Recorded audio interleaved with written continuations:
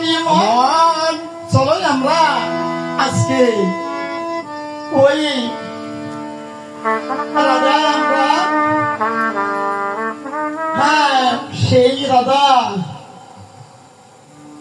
সেই হ্যাঁ সেই জনক রাজা কি করে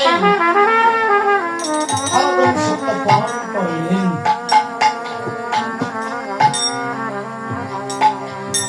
রাজা হরধনু সত্য পালন করলেন যে হরধনু ভাঙতে পারবে তার হাতে তার মেয়ে সুন্দরী সীতাকে অর্পণ করবে। তাই বলছিলাম আগামী করল সেই রাজসভায় সেইখানে হরধনু ভঙ্গ করার জন্য কত রাজা সেইখানে আসবে, কত রাজপুত্র আসবে। চলো আমরা সেইখানে যাবো জনক কৃষ্ণের বাড়িতে, সেই জনক রাজার বাড়িতে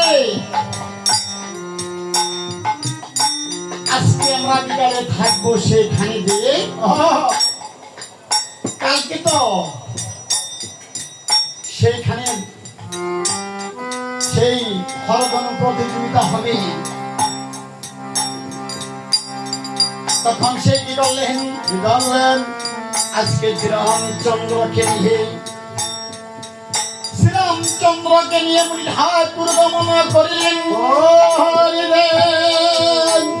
আর কিছু দূর গিয়ে একটি এই যে পাথর একটা পাথর দেখলেন, পথের মধ্যে একটা পাথর আছে।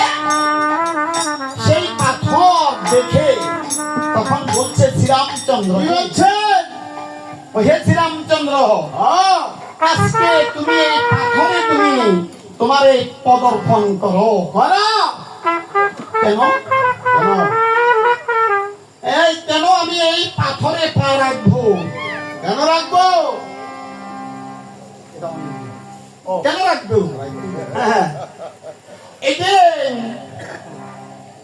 এই যে পাথরে তুমি পা রাখবি, উপকার হবে, অবশ্য উপকার হবে। সেই কে বলেন কি উপকার হবে? রামচন্দ্র বড় দুঃখের কথা গো, বড় দুঃখের কথা। এই যে একটা পাথর, এই পাথরের উপরে পা রাখার জন্য আপনি আমাকে বলছেন, আবার আপনাকে জিজ্ঞাসা করলাম, আপনি বলেন বড় দুঃখের কথা। আচ্ছা পাথরের মধ্যে আবার কিসের দুঃখ? তাহলে দেখেন ওই শ্রীরামচন্দ্র এই পাথর নয়, এটা হলো গৌতম মুনির স্ত্রী অহল্যার সমাধি। গৌতম মুনির স্ত্রী, এটার মধ্যে গৌতম মুনির স্ত্রী আছে। হ্যাঁ আচ্ছা গৌতম মুনির স্ত্রী কেমন করে পাথর হলো বলেন, একবার বলেন। তখন মুনি ঠাকুর শ্রীরামচন্দ্রকে কহিতে লাগলেন, ও হে শ্রীরামচন্দ্র শুনো দিয়ে মহান, এই যে গৌতম মুনি ছিল ইন্দ্রের গুরু, সেই ইন্দ্র গুরু পত্নীকে দেখে কামে মোহিত হলো। কি গুরু পত্নী হলো মায়ের সমান, সেই গুরু পত্নীকে দেখে কামে মোহিত হলো। সে কেমন ব্যক্তি? সেই কামে মোহিত হইয়া সে অহল্যাকে সেই সিংহার করল। কি আহারে অধর্ম, এই অধর্ম করলে মানুষের বিনাশ হয়, যে করে তার বংশ পর্যন্ত নিপাত হয়। এটি বলছেন।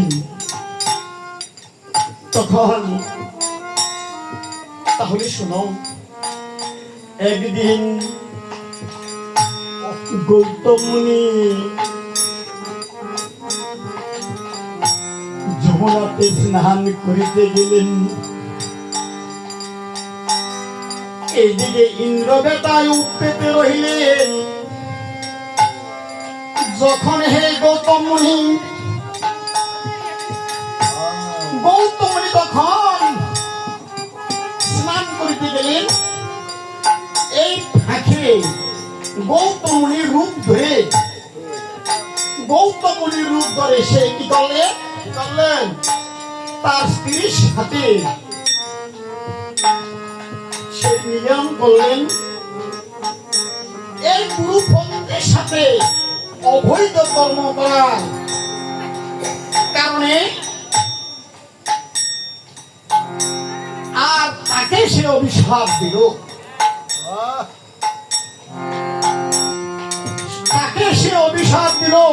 বলছে, তুই আমার শিষ্য হয়ে আমার স্ত্রীকে তুই বলাৎকার করলি, আমার শিষ্য হইয়া তুই আমার স্ত্রীর সম্মান নষ্ট করলি। আজকে আমি তোকে অভিশাপ দিলাম, তুই যে ধনী নবী, তোর হাজার ধনী হয়ে যাক। তখন তার হাজার ধনী হয়ে গেলেন। তখন এই হাজার ধনী যন্ত্রণা সে সহ্য না করতে পারে, তার কাছ থেকে ক্ষমা চাইলেন। তখন সে ক্ষমা করে দিলেন। আর স্ত্রীকে বললেন পাথর হয়ে থাকবে। তখন সে কেঁদে কেঁদে বলছেন, আমি যে পাথর হয়ে থাকবো আপনার চরণ বিহনে, আপনারে আমি চরণ দর্শন করিতে পারি।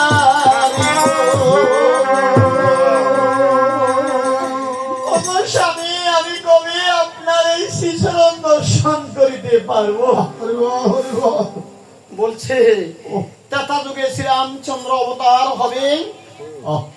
এই শ্রীরামচন্দ্রে যখন এই পদপরশ পাবে, তবে তুমি আবার এই মানুষ হয়ে তুমি আমার শ্রীচরণ দর্শন করিতে পারবে। এই কথা শুনে শ্রীরামচন্দ্র আজকে কি কার্য করিলে,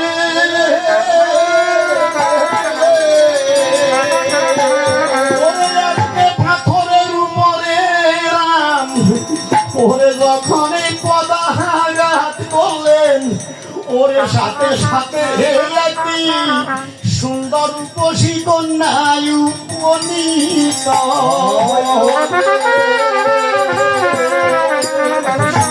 রূপসী কন্যা পাথর থেকে আবির্ভাব হলেন, সে হলো অহিল্যা। শ্রীরামচন্দ্র চরণে পড়ে কেঁদে কেঁদে বলছেন, ওরে কত সাধন করছি আমি,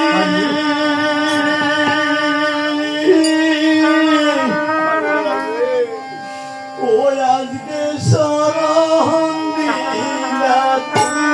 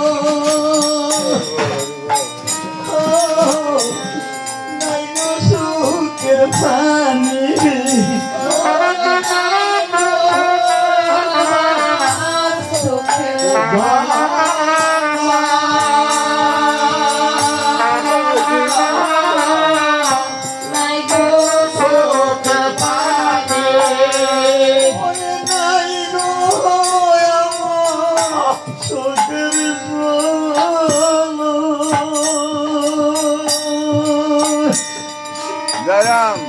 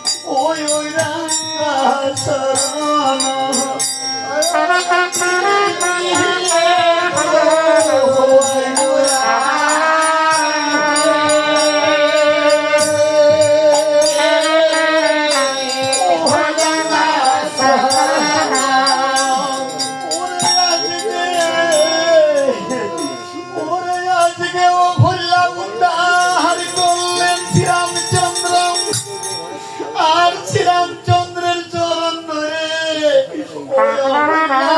দান করিতে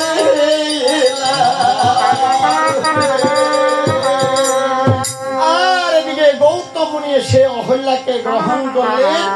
আমার শ্রীরামচন্দ্র লক্ষণকে নিয়ে তখন ওই জনক রাজার বাড়ির দিকে তখন গণনা করিলেন। ওরে রাম লক্ষণ মুনি দমন করিল,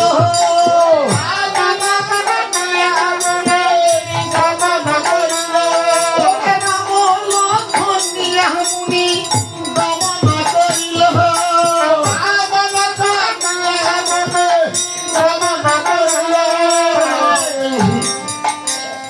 আরে জনকে রাজার বাড়ি গিয়ে তারা শোনা দিল,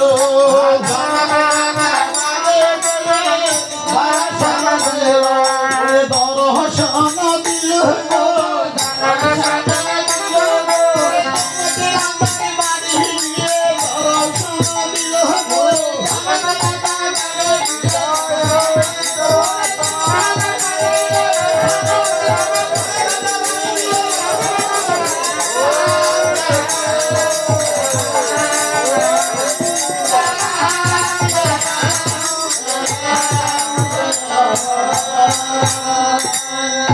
আজকে সেই মিথিলায় গিয়ে তখন জনক রাজা বাড়িতে উপনীত হলেন।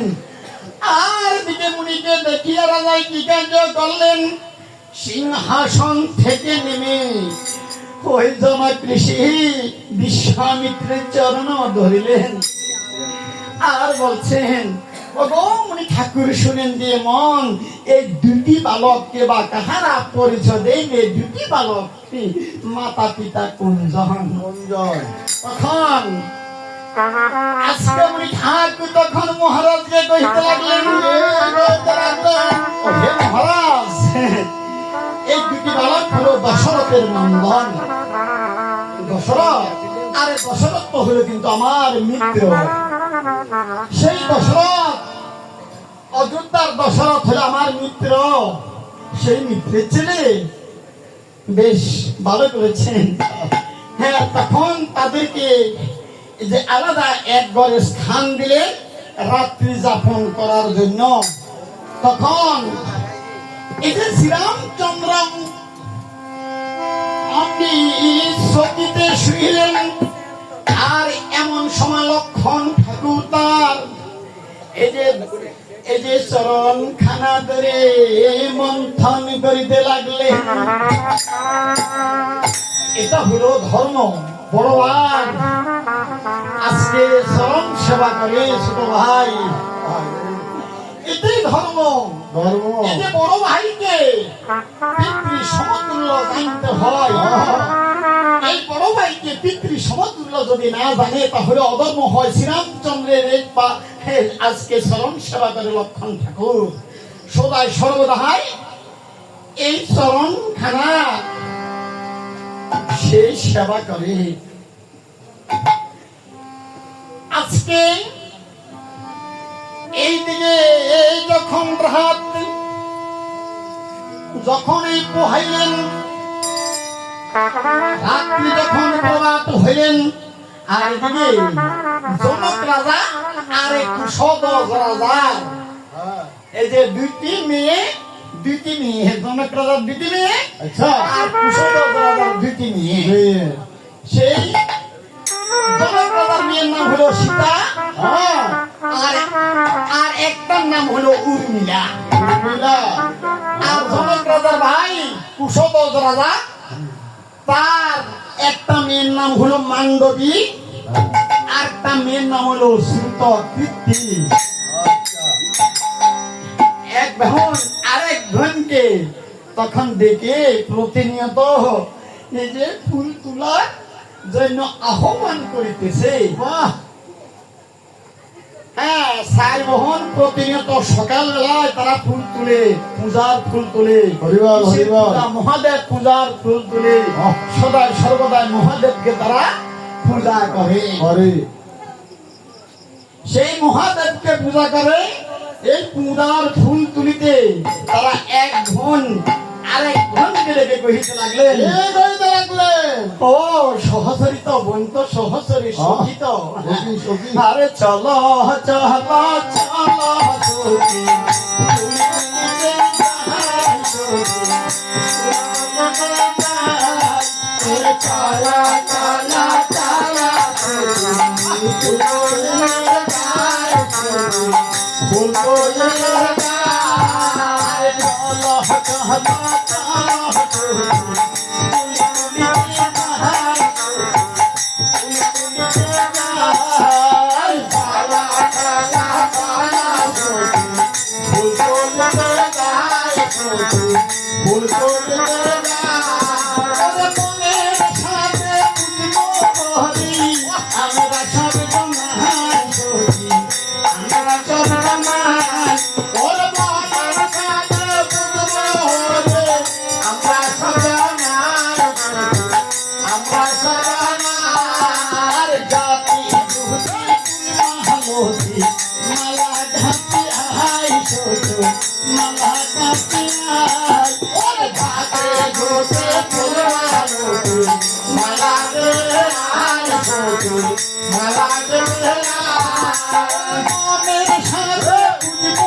সখী, আমরা সব জমাই সখী, আমরা সব